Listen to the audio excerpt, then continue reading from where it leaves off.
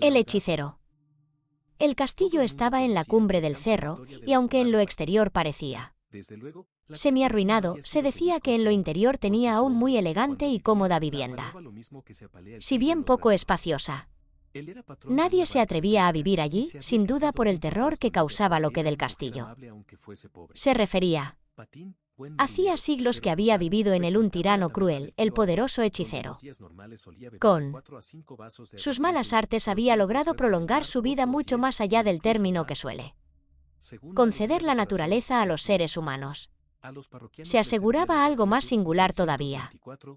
Se aseguraba que el hechicero no había muerto, sino que solo había cambiado la condición de su vida, de paladina y clara que era antes, entenebrosa, oculta y apenas o rara vez perceptible.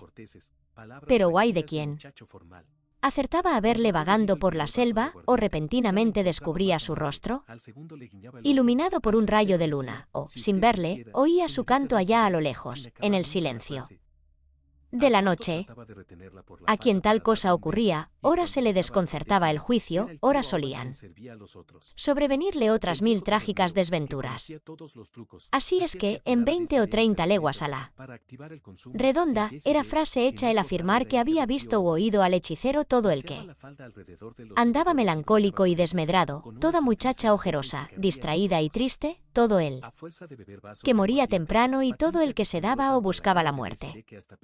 Con tan perversa fama, que persistía y se dilataba, en época en que eran los hombres más crédulos que hoy, nadie osaba habitar en el castillo. En torno de él reinaban soledad y desierto.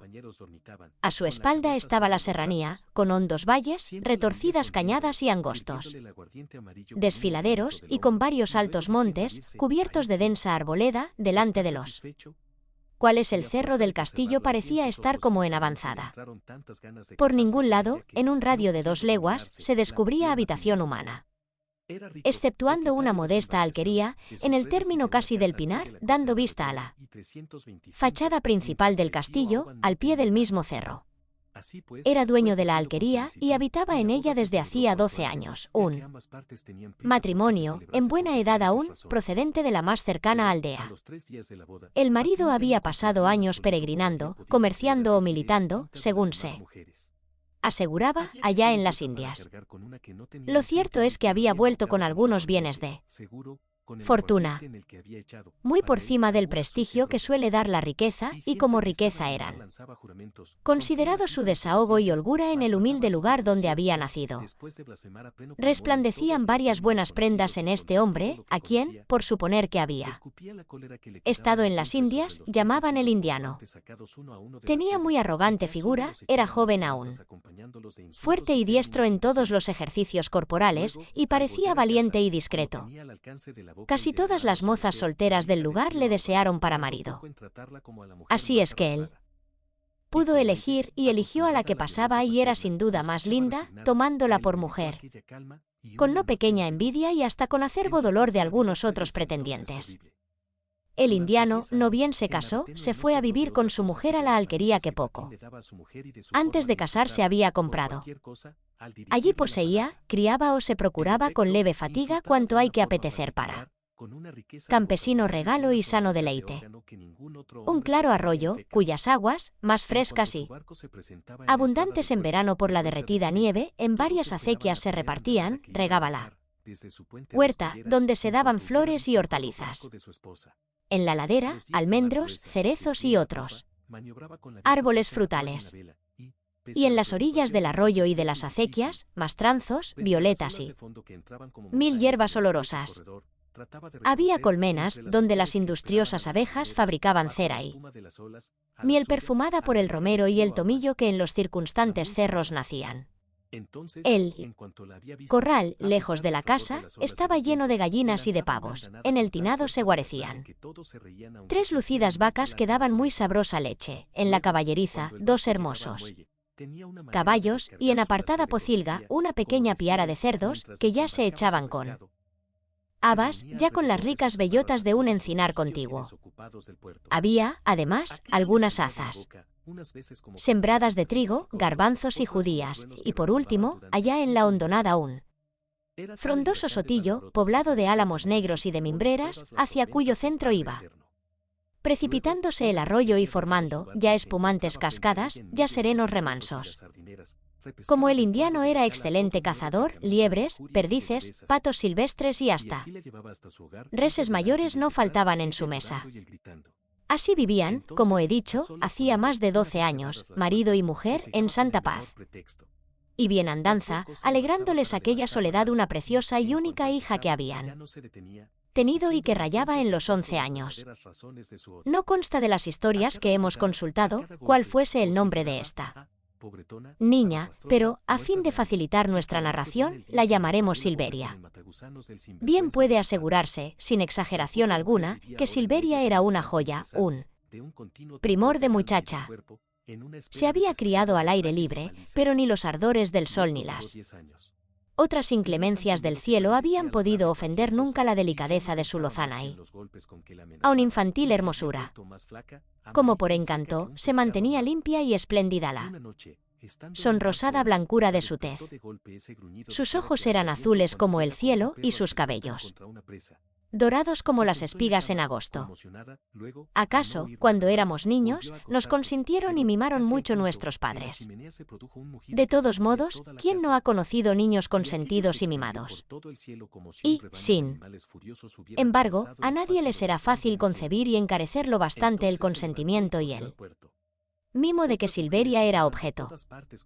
La madre, por dulce apatía y debilidad de carácter, la dejaba hacer cuanto se le antojaba, y el padre, que era imperioso, como idolatraba a su hija y se enorgullecía de que se le pareciese en lo resuelta y determinada, y en la valerosa decisión con que ella procuraba siempre lograr su gusto y cumplir su real voluntad, lejos de refrenarla. Solía, sin premeditar ni reflexionar, darle alas y aliento para todo. Así es que, cuando el padre se iba, y se iba a menudo, ya de caza, ya a otras excursiones, se diría que por estilo tácito transmitía a la chica todo su imperio. Parecía, pues, Silveria una pequeña reina absoluta, una emperatriz disfrazada de zagala.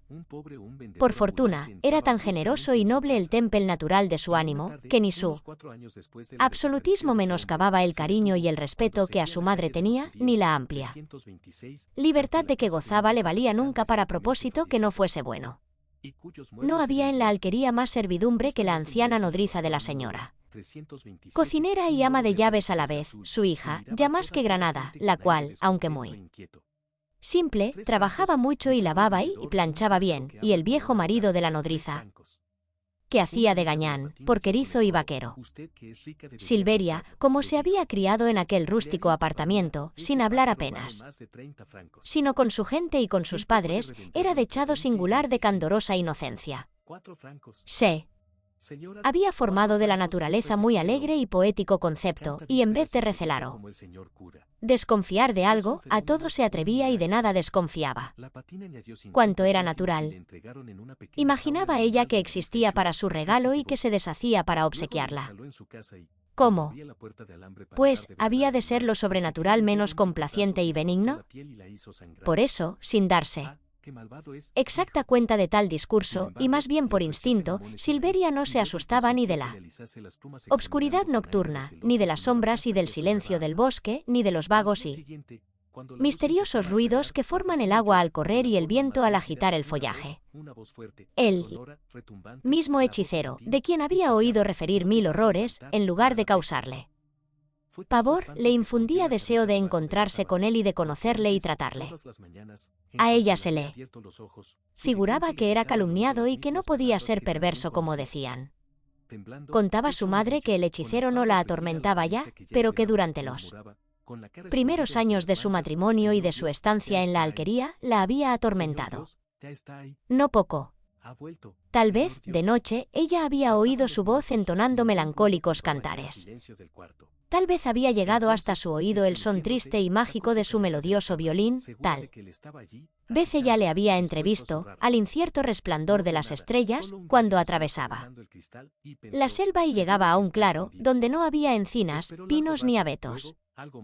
Entonces decía: la madre que la sangre se le helaba con el susto, que sentía pena, como la que deben causar los remordimientos, considerando delito el ver o el oír, y que cerraba ventanas y puertas para que el hechicero no viniese a buscarla. Silveria no comprendía lo que contaba su madre, o lo comprendía al revés. Ni en el canto ni en el sonido del violín acertaba a distinguir nada de espantable ni de pecaminoso, y lo único que la apenaba era que aquella música, a su ver tan infundadamente medrosa, no sonase ya nunca, o, al menos, no llegase a su oído. Sin el menor recelo, y ligera como una corza, solía, pues, Silveria salir de su casa, donde su madre andaba distraída y empleada en faenas domésticas, y recorría, saltando y brincando, todas aquellas cercanías. De lo que más gustaba era de ir al pie del castillo, que no estaba lejos, y cuyas almenas y torres y aun la fachada principal, con sus grandes ventanas ojivales, descollando sobre la masa de verdura, se divisaban bien desde el mismo cuarto en que ella dormía. Delante del castillo había un ancho estanque de agua limpia y pura, porque el abundante arroyo que regaba la huerta, entrando y saliendo, renovaba el agua de continuo. En aquel estanque el castillo se miraba con gusto como en un espejo, iluminando fantásticamente su fondo y prestándole apariencias de profundidad infinita, se retrataba también en él la divina amplitud de los cielos. Por todo alrededor había, además de las encinas y robles de la selva, sauces, higueras, granados, acacias y muy viciosa lozanía de otras plantas y hierbas. En una fresca mañana de abril Silveria vagaba por aquel lugar solitario y oculto, cogiendo lirios, violetas y rosas, que florecían en abundancia y llenaban el ambiente con su perfume. A deshoras oyó inesperado estrépito y fue a ocultarse entre unas matas. Entonces vio llegar a caballo a un hombre, que bajó de él y le ató a una rama por la rienda. El hombre estaba en lo mejor de su edad, vestía de negro, y bajo su sombrero con plumas y de ala ancha se descubría muy bello rostro. Era gentil su apostura. A su andar airoso resonaban las doradas espuelas. El aspecto del forastero no era ciertamente para atemorizar a nadie, de suerte que Silveria, que ya de por sí no pecaba de tímida, salió de su escondite y marchando hacia el recién llegado, le dijo: «Buenos días tenga su merced». Sorprendido el forastero de la repentina aparición, exclamó: «¿Quién eres tú, chiquilla?». «Soy Silveria», contestó, «soy la hija del indiano. Vivo a pocos pasos de aquí. Si no lo estorbase la arboleda, se vería desde aquí mi casa». «¿Y el señor caballero es, por ventura, el encantador de quien tanto se habla?». «No, hija, yo no soy el encantador, pero ando en su busca». «Y tú, dime, ¿qué hacías por aquí?». «Pues, ¿qué había yo de hacer?». «Nada, coger flores. Aquí las hay a manta. Y tan bonitas. Mire, mire cuántas he cogido».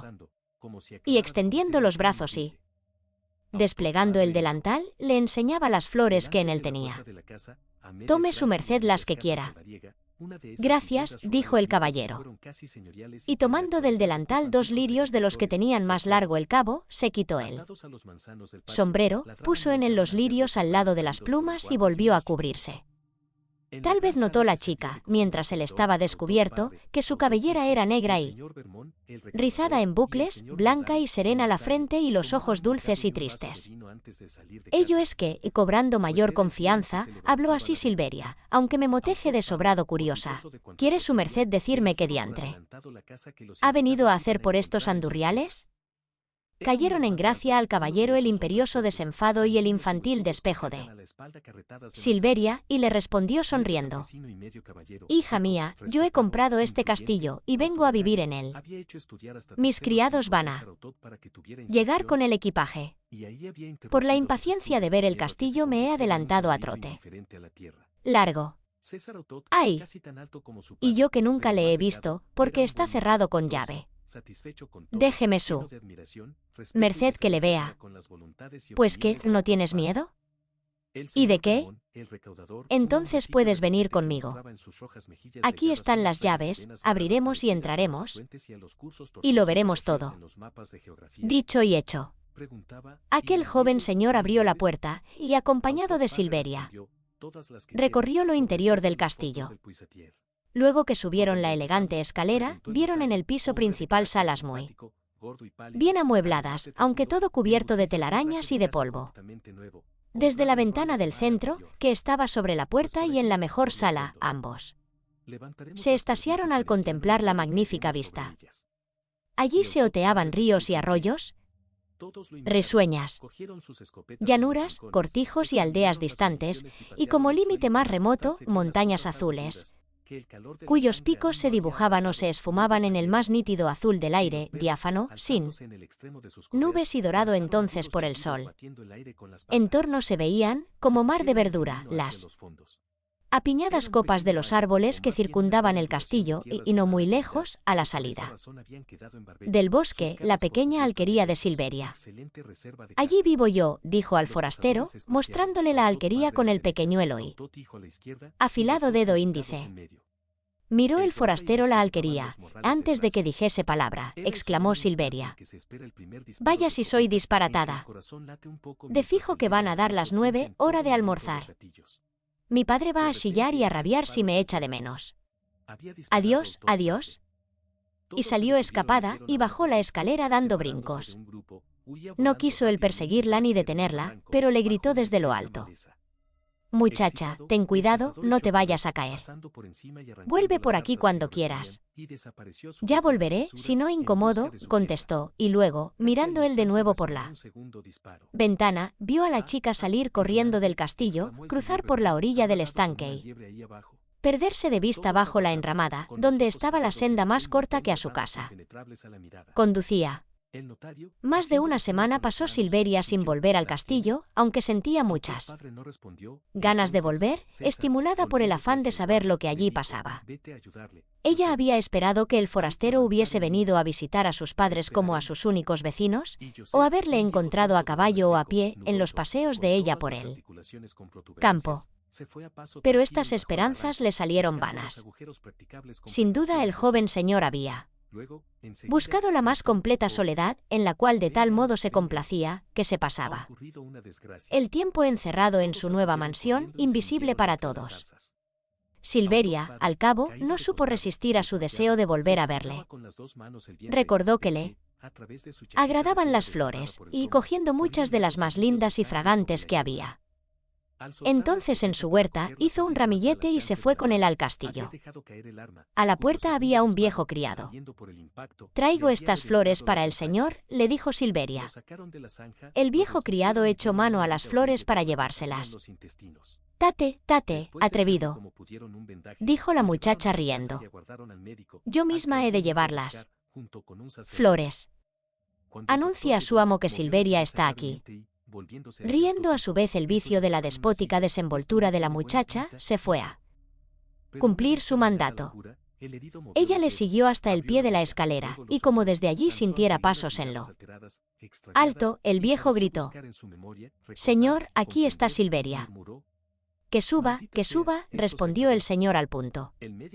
No fue menester más.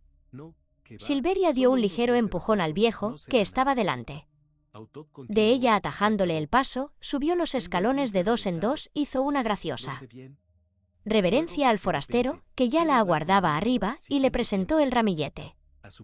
Él le tomó, diciendo 1000 gracias, y besó en la frente a Silveria. Luego añadió, dirigiéndose al criado que acababa de subir: «Juan, toma estas flores, con cuidado, no se deshojen. Ponlas en un vaso con agua. Trae bizcochos, confites y vino dulce moscatel para agasajar a mi huéspeda». Después entraron en el salón, donde Silveria lo halló todo más bonito. Ya no había telarañas ni polvo. Los muebles parecían mejores, las telas tenían más vivo color y las maderas, lustre, bruñidas con la limpieza. Junto a la ventana principal había un bufete, con recado de escribir y muchos libros y papeles. Silveria, arrellanada en un sillón, se comía un bizcocho de los que Juan le presentaba en una bandeja de plata. «Está muy rico», dijo, y se comió 2 más. Cuando se fue el criado y Silveria se quedó sola con el amo, contestó con sencilla naturalidad a varias preguntas que éste le hizo, juzgándose así autorizada a preguntar. También sometió al forastero a un chistoso interrogatorio. «¿Cómo se llama su merced?», le preguntó. «Me llamo Ricardo, para servirte». «Para servir a Dios», repuso ella. «Y dígame su merced, ¿en qué emplea su tiempo, encerrado aquí todito el día y sin ver a nadie?» «En escribir». «¿Y qué escribe?» «Comedias, novelas, soy poeta». «Vamos, ya entiendo, tramoyas y líos de enredo divertido para entretener a la gente ociosa». «Así es, hija mía». «Oiga usted, ¿y cómo se arregla su merced a fin de inventar tanta maraña? ¿Sacándola de la cabeza? Difícil ha de ser el oficio». «¿Quién se le enseñó?» «El hechicero, de quien tantas cosas has oído». «¿Y dónde y cómo le vio su merced?» «Le vi hace años. Le perdí luego y me temo que no he de volverle a hallar. Nunca». Silveria no comprendió nada de esto, y se lo confesó al forastero con inocente franqueza. «Con el tiempo lo comprenderás», le dijo él, «eres muy niña todavía». Y como no le dio más explicaciones, ella se sintió lastimada y picada en el fondo de su alma, de que él no solo la creyese ignorante, sino por lo pronto, y Dios sabía hasta cuándo, incapaz de aprender, indigna de que se le revelase misterio alguno. Y en su sentir había allí misterio. A la verdad, la idea inmediata y distinta que ella se formaba del oficio de Ricardo era la de que inventaba embustes ingeniosos e inofensivos que pudiesen servir de diversión apacible. Pero Silveria cavilaba mucho y su pensamiento iba deprisa y volaba al cavilar, imaginando cosas hermosamente confusas, ya que ella no atinaba entonces a expresarlas con palabras, ni podía siquiera ordenarlas en su cabeza para percibirlas mejor. Solo vagamente, discurriendo ella en cierta penumbra intelectual, notaba que las ficciones del poeta no eran mero remedo de lo que todos vemos y oímos, sino que penetraban en su honda significación, revelando no poco de lo invisible y de lo inaudito, y haciendo patentes 1000 tesoros que esconde la naturaleza en su seno. Pero ¿quién prestaba al poeta la llave para abrir el arca en que esos tesoros se custodian? ¿Quién le daba la cifra para interpretar el sentido encubierto de lo que dicen los seres? ¿De qué habla el viento cuando susurra entre las hojas? ¿Qué murmura el arroyo? ¿De qué cantan los pajarillos? ¿Qué cuentan? ¿Qué declaran los astros cuando nos iluminan con su luz? De seguro había de haber un ángel, un duende, un genio, un espíritu familiar que nos acudiese en todo esto. Ricardo había de estar en relación con él, había de saber evocaciones a que él obedeciese, conjuros que le sujetasen a su mandado. Tales ensueños, y otros 1000, enteramente inefables, surgían en la imaginación de Silveria y aguijoneaban su curiosidad. Ricardo, no obstante, había dicho que era muy niña para entender en otros asuntos al parecer de menor importancia. ¿Cómo, pues, había ella de considerarse apta para iniciarse e instruirse en algo, a su vez, más recóndito y obscuro? Silveria era modesta y prudente, a pesar de su desenfado y de su audacia, y no insistió en preguntar. Para su consolación y sosiego, puso en lo inexplicado extraño deleite y buscó y halló en lo desconocido inagotable venero de suposiciones fantásticas que la divertían y embelesaban. Sus visitas a Ricardo no fueron en lo sucesivo muy frecuentes. Silveria era orgullosa y no quería estar de más ni ser importuna o cansada, pero Ricardo la trataba bien, como a una chiquilla despejada, mimada y graciosa, y ella siguió visitándole de vez en cuando, trayéndole flores y comiéndole sus bizcochos. Alentada por él, que le dijo que le mirase como a su hermano mayor, Silveria acabó por tutearle. Cuando, a solas, pensaba en Ricardo, a veces le tenía grande envidia por el trato íntimo en que se figuraba que había de estar con los genios del aire o con otros seres. E inteligencias sobrehumanas, a veces le tenía muchísima lástima al contemplar el aislamiento y abandono en que él vivía, sin padre ni madre que le cuidasen y mimasen como a ella la cuidaban y mimaban. De esta suerte, fueron pasando días y días hasta que llegó el invierno con sus escarchas y hielos. La Nochebuena quiso el indiano obsequiar a su hija, y le compró y le trajo de la menos distante ciudad un precioso nacimiento.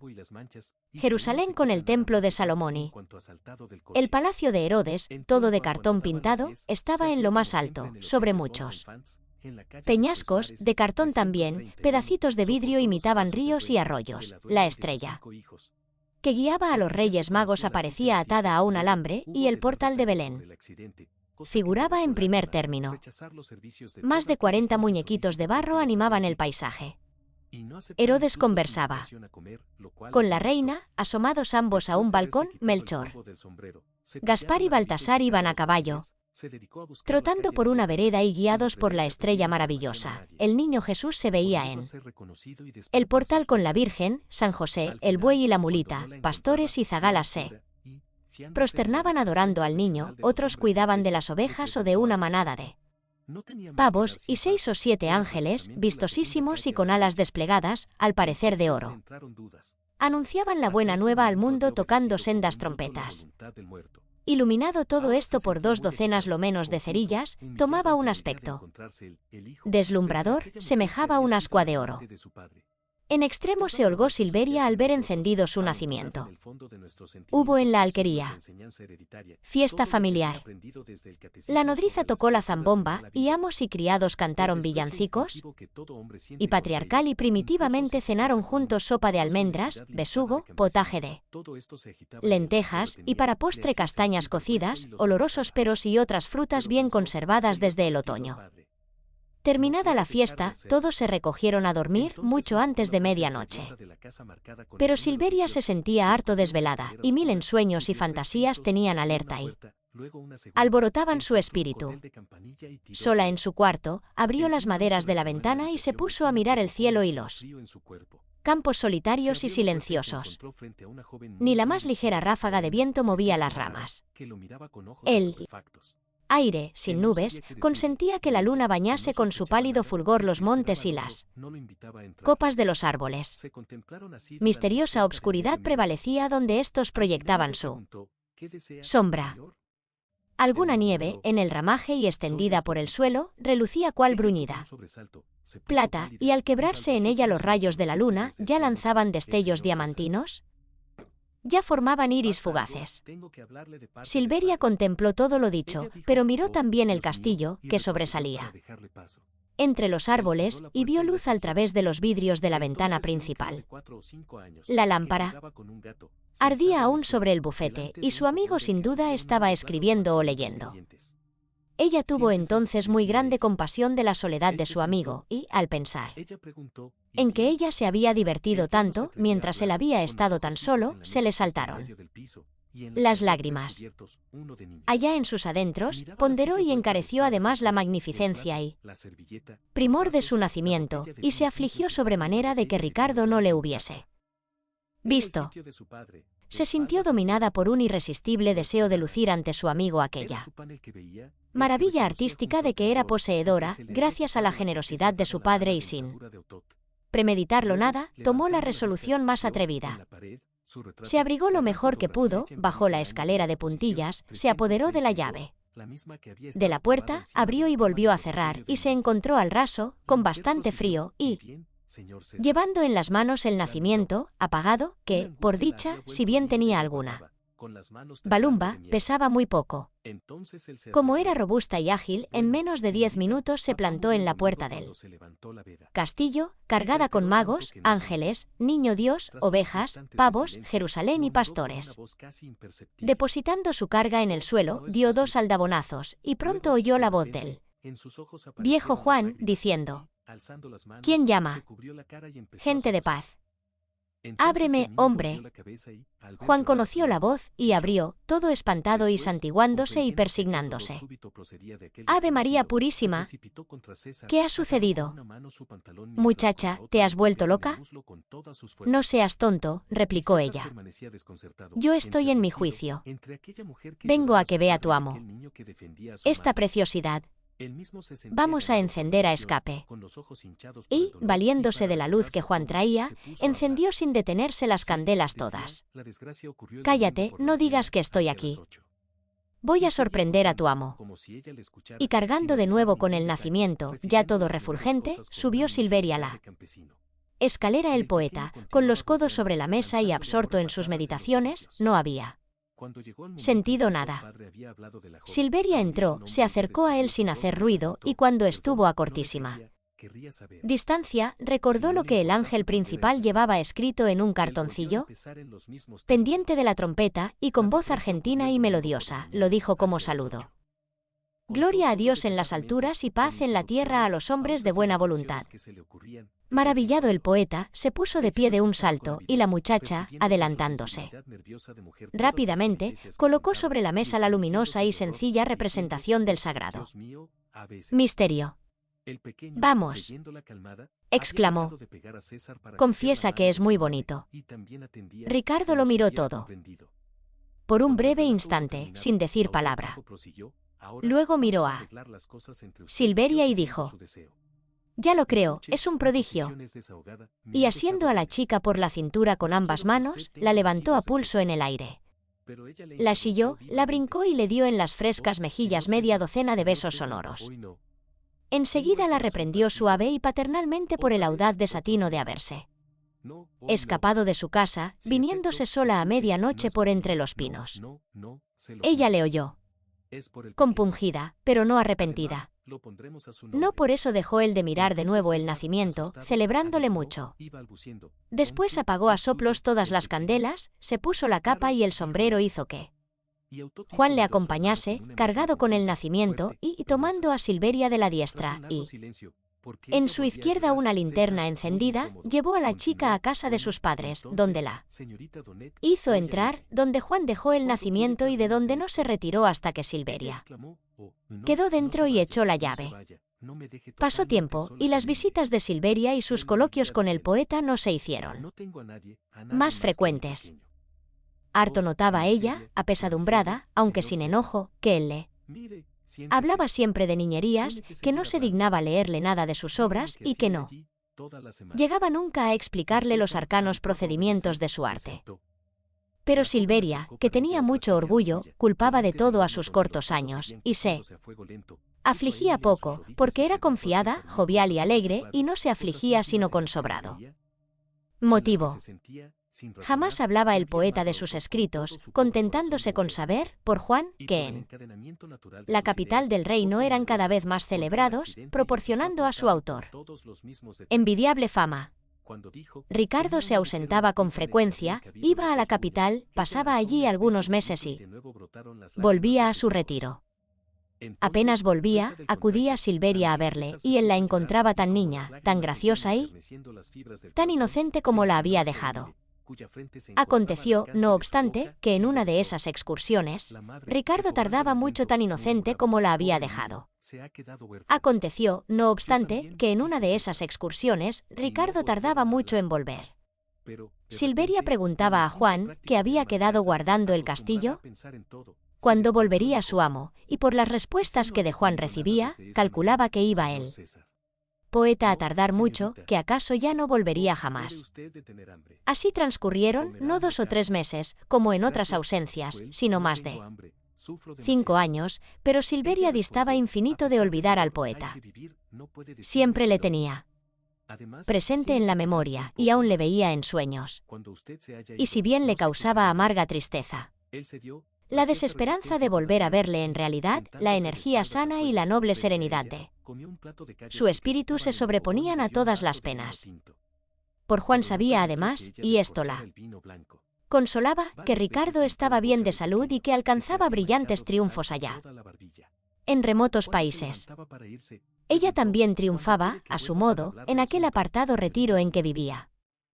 gloriosa transformación y vernal desenvolvimiento hubo en todo su ser.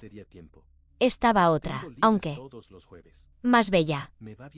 Creció hasta ser casi tan alta como su padre. Su cabeza parecía, en proporción del resto del cuerpo, más pequeñita y mejor plantada sobre el gracioso cuello, cuyo elegante contorno quedaba descubierto por la cabellera rubia, no caída ya en trenzas sobre la espalda, sino recogida en rodete, los ricillos ensortijados, que flotaban sueltos por detrás, hacían el cuello más lindo aún, como si vertiesen, sobre apretada leche teñida con fresas, lluvia de oro en hilos y de canela en polvo. La majestad gallarda de su ademán y de sus pasos indicaba la salud y el brío de sus miembros todos. La armonía divina de sus formas se revelaban al través de la ceñida vestidura, y agitándose su firme pecho, se levantaba en curva suave.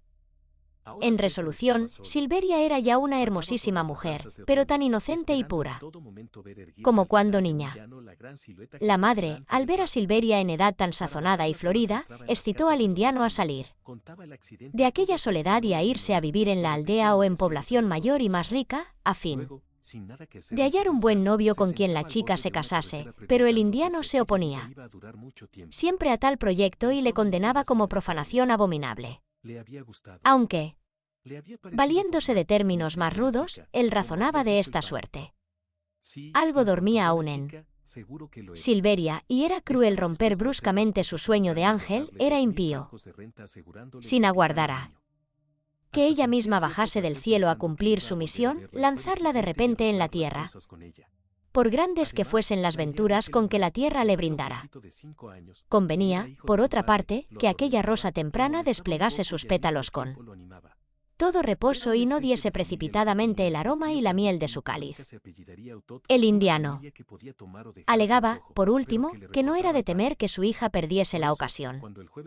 Por su sin par belleza podía aspirar a enlazarse con un príncipe y como, además, el indiano había administrado bien su caudal, había ahorrado bastante y podía dotar a Silveria con generosa esplendidez, siempre que se lo propusiese acudirían los novios a bandadas como los gorriones al trigo.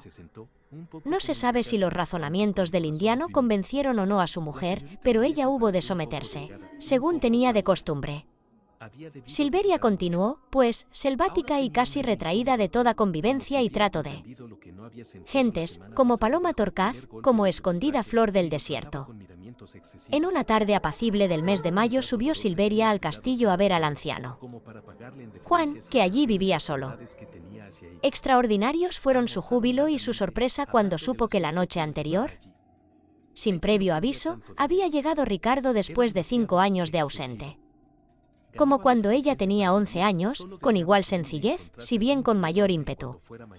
Apartó Silveria al criado, corrió por la escalera arriba y, conmovida, jadeante y bañadas las mejillas en encendido carmín, se lanzó en la sala, donde, por dicha, se encontraba el poeta. Recordando entonces, de súbito, el saludo angélico de la noche de Navidad, le repitió, diciendo: Gloria a Dios en las alturas y paz en la tierra a los hombres de buena voluntad. Pasmado, mudo, estático se quedó él, como si una portentosa deidad hubiera llegado a visitarle. ¿Qué? ¿No me conoces?, añadió ella, y se arrojó cariñosamente en sus brazos. Él la apartó de sí blandamente, con honrado temor y con una admiración y un asombro que Silveria no comprendía. ¿No eres va mi hermano?, le dijo melancólicamente. Entonces le contempló por breve espacio y creyó advertir que una nube de tristeza velaba su faz, pero halló su faz aún más hermosa que en los antiguos días. Ricardo tomó con afecto en sus manos las manos de ella y le habló de cosas que ella escuchó con entreabierta boca y con ojos que, por el interés y el espanto con que le miraba y le oía, parecían más dulces y más luminosos y grandes. Silveria no entendió bien todo el sentido de lo que él decía, pero percibió que se lamentaba de que era muy desventurado, de que ya no podía hacer dichosa a mujer. Alguna de que su corazón estaba marchito y de que, si bien el hechicero podía volverle aún toda su juvenil lozanía, le había buscado en vano en sus largas peregrinaciones y no había podido hallarle. En extremo afligieron a Silveria tan dolorosas confesiones. 2 gruesas lágrimas brotaron de sus ojos y se deslizaron por sus frescas mejillas, ansiando luego consolar al poeta y con el mismo candor, con el mismo abandono purísimo con que ella acariciaba a su madre, se acercó a él y empezó a hacerle caricias. En aquel punto, y con disgusto idéntico al que siente quien recela que alguien trata de impulsarle a cometer un crimen, Ricardo rechazó violentamente a Silveria, exclamando: «No me toques, no me beses, vete pronto de aquí». La gentil moza, sin penetrar el motivo de aquellos aparentes y generosos desdenes, se consideró profundamente agraviada. No se quejó, no rogó, no lloró. Su soberbia cegó la fuente del llanto y ahogó los ruegos y las quejas, pero huyó, volando como lastimada paloma, escapando como cierva herida por emponzoñada flecha clavada en las entrañas. En hondo estupor había caído el poeta al notar el efecto desastroso del desvío que acababa de mostrar por un irreflexivo primer movimiento.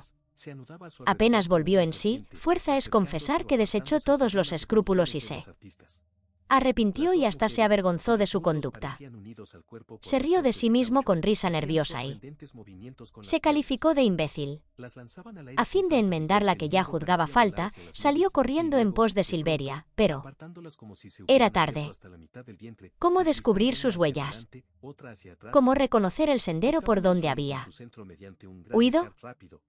El bosque era espesísimo y dilatado. Ricardo vagaba por aquel laberinto. Llamaba a voces a Silveria, y el eco solo le respondía. Pronto llegó la noche sin luna y con nubes que ocultaban la luz de las estrellas. Completa obscuridad reinaba en el bosque. Tal vez rompía su solemne silencio el silbar de las lechuzas o el tenue gemido del viento manso que agitaba por momentos las hojas. En los giros y rodeos que iba dando como loco, vino a parar el poeta cerca de la alquería. Alegres presentimientos y gratos planes le volvieron de súbito la serenidad. Silveria, pensaba él, no se habrá ido a otra parte. Debe de hallarse en su casa. Entraré allí, informaré de todo a los padres, y delante de ellos pediré perdona. Silveria, asegurándole que, lejos de desdeñarla, soy suyo para siempre. En la alquería ignoraban aún la vuelta del poeta. Con singular asombro recibieron el indiano y su mujer a un hombre a quien solo de oídas conocían y de quien apenas habían oído hablar en más de 5 años. Pero todo era allí consternación y alboroto. El indiano acababa de llegar de una larga excursión, y su mujer le había dicho, llorando y sollozando, que Silveria no había vuelto, que Silveria no parecía. Sin más explicaciones, porque no lo consintió la zozobra con que estaban, todos salieron de nuevo al campo a buscar a Silveria. Inútilmente anduvieron buscándola hasta el amanecer. El día los sorprendió, rendidos y desesperados. La madre imaginaba que el hechicero le había robado a su hija, el indiano que se la habían comido los lobos, los criados que se la había tragado la tierra. Sospechando que se hubiera podido caer en los estanques, revolvieron las aguas y sondearon el fondo sin dar con ella ni muerta ni viva. Durante todo aquel día, sin reposar apenas, los amos y los 2 criados hicieron pesquisas y como un ojeo por varios puntos del bosque, que se extendía leguas. A las poblaciones más cercanas enviaron avisos de la fuga, con las señas de la fugitiva, pero nada valió. Y aunque entonces no había telégrafos, ni teléfonos, y o no había policía o andaba menos lista que ahora, se empleó tanta diligencia en buscar a Silveria, que al persistir su desaparición, adquiría visos y vislumbres de milagrosa o dígase de fuera del orden natural y ordinario. Retrocedamos ya al tiempo en que nos hemos adelantado y volvamos a cuando huyó Silveria, juzgándose agraviada. Delirante de rabia y despecho, corrió primero, sin parar y sin saber por dónde, internándose en un agreste e intrincado laberinto, por el cual no había ido jamás, y donde no había sendas ni rastro de pies humanos, sino abundancia de brezos, helechos, jaras y otras plantas, que entre los árboles crecían, formando enmarañados matorrales. Se detuvo un rato, reflexionó y reconoció que se había perdido. La asaltó grandísimo temor, figurándose el horrible pesar que iba a dar a sus padres si no volvía pronto a su casa. Pugnó por volver, buscó el camino, se dirigió, ya por un lado, ya por otro, pero a cada paso se desorientaba más y se veía en más desconocido terreno. La esquividad de aquellos sitios se hizo pronto más temerosa y solemne. Obscurísima noche sorprendió en ellos a Silveria. Por fortuna, Silveria no sabía lo que era miedo. A pesar de su dolor y de su enojo, gustaba cierto sublime deleite al sentirse circundada de tinieblas y de misterio en medio de lo inexplorado. Quizá el hechicero iba a aparecérsele allí de repente. Ideas y sentimientos muy distintos surgieron en su alma. La ira contra el poeta se trocó en piedad. Le creyó enfermo del corazón, le perdonó, disculpó su desvío.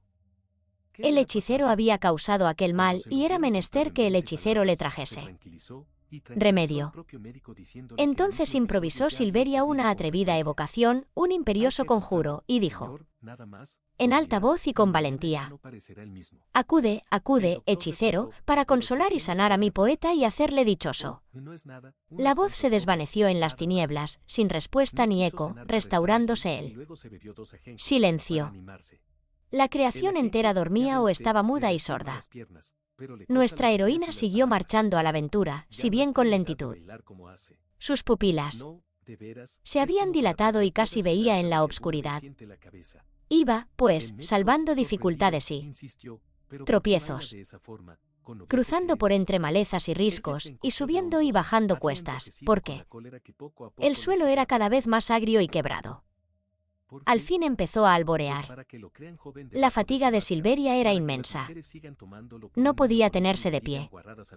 Logró, no obstante, encaramarse en un peñón, donde se consideró defendida de la humedad, y, confiando en la protección de los cielos, buscó reposo y pronto se quedó dormida.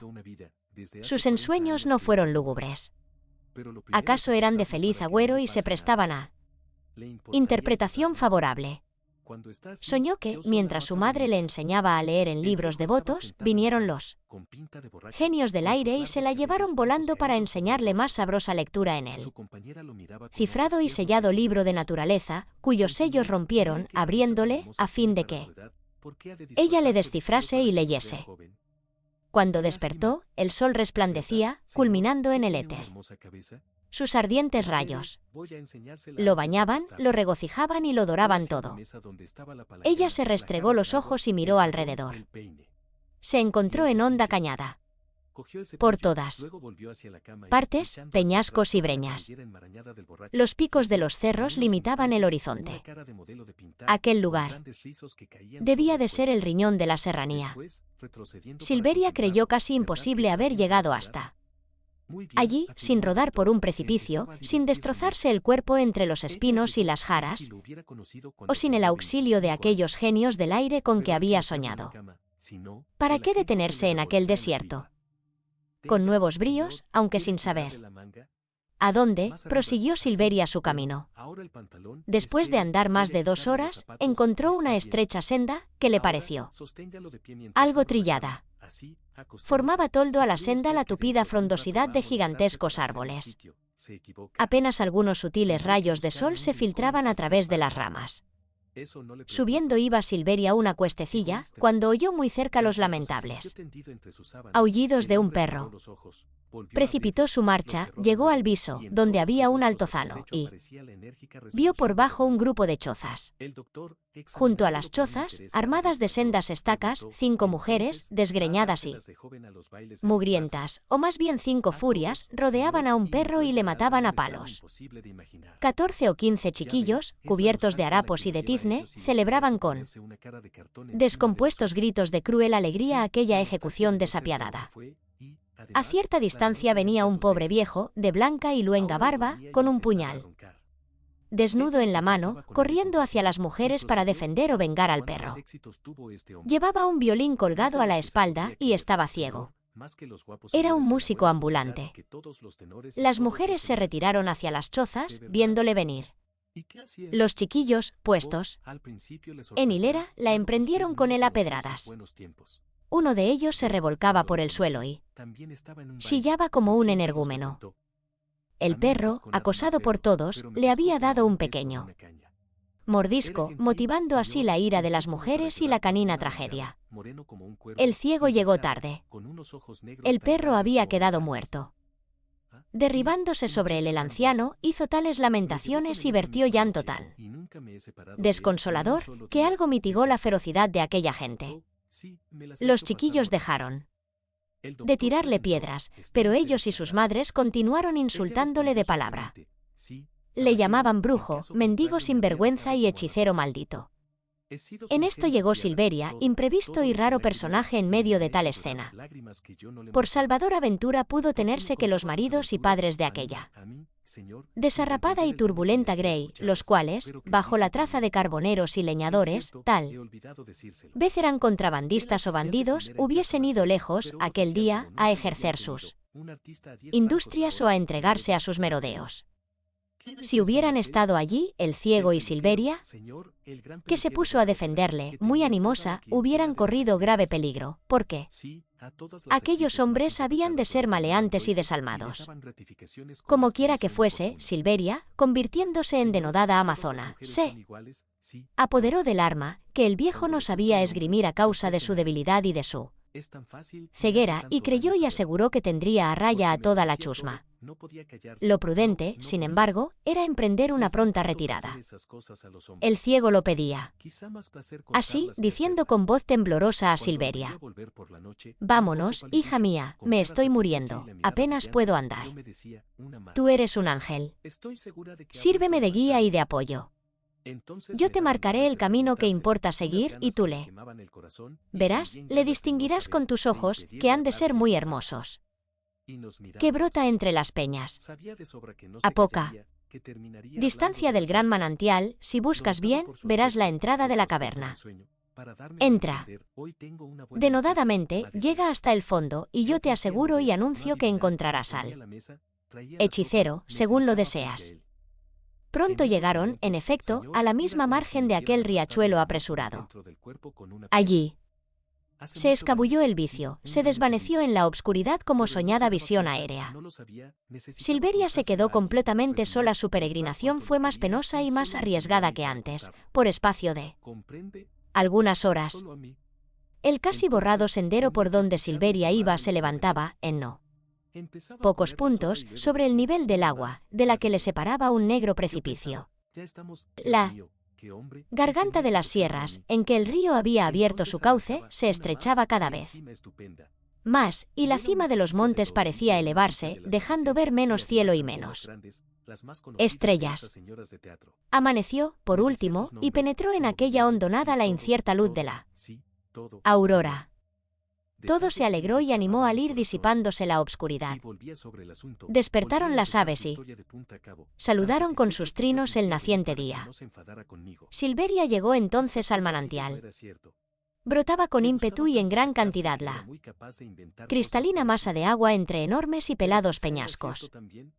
Por todas partes se alzaban, como colosales paredes, los escarpados cerros.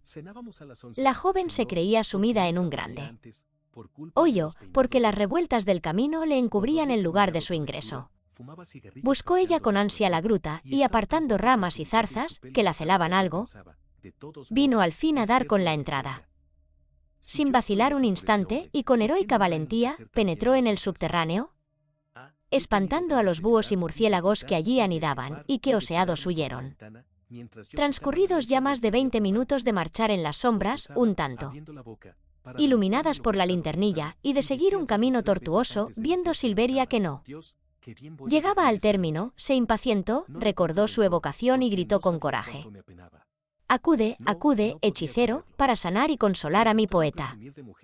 Nadie respondió a la evocación, que retumbó repercutiendo en aquellos huecos y recodos.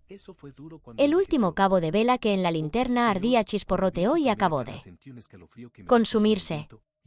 La audaz peregrina quedó envuelta en las tinieblas más profundas. Se adelantó a tientas, iba cuesta arriba. La cuesta era más empinada mientras más se elevaba. El techo de la gruta se hacía más bajo.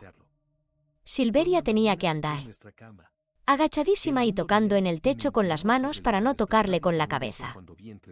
De pronto notó en el techo, en vez de piedra, madera. Palpó con cuidado y advirtió que eran tablas trabadas con 2 barras de hierro. Palpó con mayor atención y descubrió que las tablas estaban asidas al techo de la gruta por 4 fuertes goznes. Subió entonces 3 escalones en que terminaba la cuesta, aplicó la espalda al tablón y empujó con brío. El tablón no tenía candado ni cerradura. No había llave que pudiese estar echada. Pero el tablón se resistía al empuje de Silveria, que casi desesperó de levantarle. Hizo, no obstante, un supremo esfuerzo, y el tablón se levantó, girando sobre los goznes, volcándose de un lado y dejando entrar por la ancha abertura alguna tierra con ortigas, jaramagos y otras pequeñas plantas de que estaba cubierta. La hermosa luz del claro día bañó al mismo tiempo aquella extremidad de la gruta. «Alabado sea Dios», exclamó Silveria. Y, saltando alborozada, se encontró en un abandonado e inculto jardincillo, cercado de muy altas murallas, sin ventana alguna. Solo divisó, junto a un ángulo de aquel cuadrado recinto, un pequeño arco ojival. Y bajo el arco, las primeras gradas de una angostísima escalera de caracol.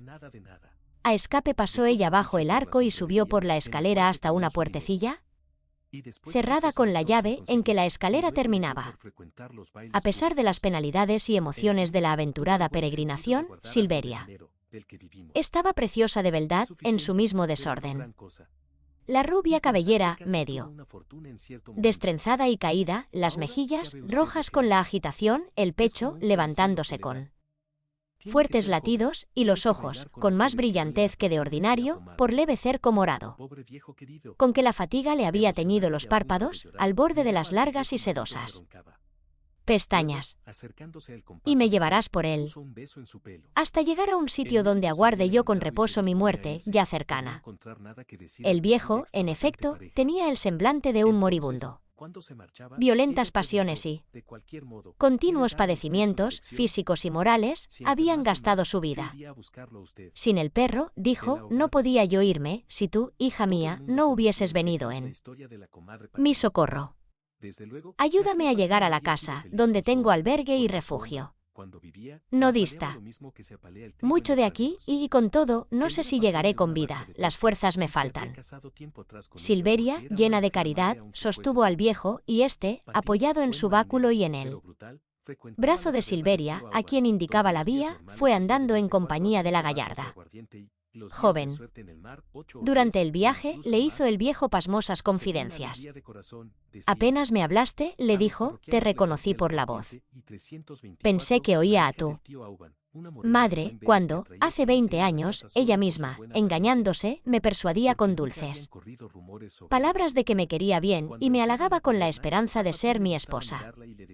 Pero, en mal hora para mí, vino al lugar el indiano. Tu madre se prendó de él perdidamente. Yo la perdono. Comprendo que no tuvo ella la culpa de mi infortunio, sino la influencia invendible de nuestro sino. Entonces mi alma era más fervorosa y enérgica. Mi alma era injusta y no la perdonaba. No pocas veces proyecté robarla o matarla, y me disuadía y me arredraba luego mi honradez o mi cobardía. ¿Cómo? Demente, vagaba yo en torno de vuestra alquería. Me ocultaba en el castillo. Atormentaba a tu madre como un vivo remordimiento, la asustaba haciéndole creer que el hechicero era yo. Dios, sin duda, quiso castigarme y me dejó ciego. En adelante, no ronde más en torno de vuestra alquería. Mi vida fue cada vez más desastrosa. Viví errando por montes y valles, tocando mi violín y pordioseando. Las revelaciones del viejo, su sórdida miseria y las mismas enfermedades, que se estaba notando que le abrumaban bajo su peso, infundían a Silveria repulsión. Poderosa, pero, en su noble espíritu, podía más la compasión y la excitaba a no abandonar al desvalido hasta que le dejase en salvo. Silveria, además, no acertó a resistir a las insistentes preguntas del mendigo, y le contó su vida, su fuga y su empeño de hallar al hechicero para sanar y consolar al poeta. Entretanto, la peregrinación continuaba, con trabajosa lentitud, por sitios cada vez más escabrosos. Se habían internado en un estrecho y hondo desfiladero. Por ambos lados se erguían montañas inaccesibles, tajados peñascos, por donde no lograrían trepar ni las cabras montesas. La fértil vegetación espontánea revestía todo. Aquello de bravía hermosura, que causaba a la vez susto y deleitoso pasmo. A menudo el viejo se paraba fatigadísimo, se echaba por tierra y reposaba. En uno de estos momentos de reposo sacó de su zurrón algunos mendrugos de pambazo y varias rajas de queso, y, al borde de una fuentecilla, compartió con la joven su poco apetitosa y rústica merienda. En otros momentos, Silveria se rindió al sueño y se recobró de su cansancio. La noche llegó al cabo, con aterradora lobreguez. «Todavía nos queda bastante que andar», dijo el viejo. Y sacando del zurrón una linternilla y de la faltriquera eslabón, pedernal y escay pajuela, encendió un cabo de vela que dentro de la linternilla estaba colocado. Después entregó a Silveria la linternilla y otros cabos de vela, de que venía provisto, para cuando el que estaba ardiendo se consumiera. De esta suerte siguieron caminando. Sería ya cerca de medianoche, cuando oyó Silveria ruido de aguas abundantes, que corrían con rapidez, despeñándose entre las rocas. «Ya estamos a pocos pasos de mi casa», dijo el ciego. «Yo vivo con mi hermana, que es más vieja que yo. Su carácter es violento y avinagrado. Odiaba a tu madre. No quiero que te vea. Podría reconocerte y hacerte daño. Sus hijos, además, son dos forajidos, y de ellos debo recelar lo peor.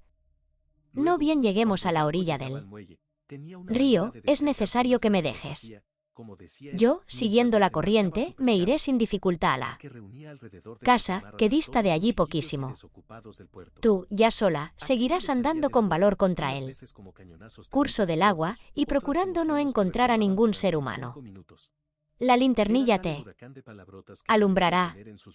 Al fin llegarás al nacimiento del río,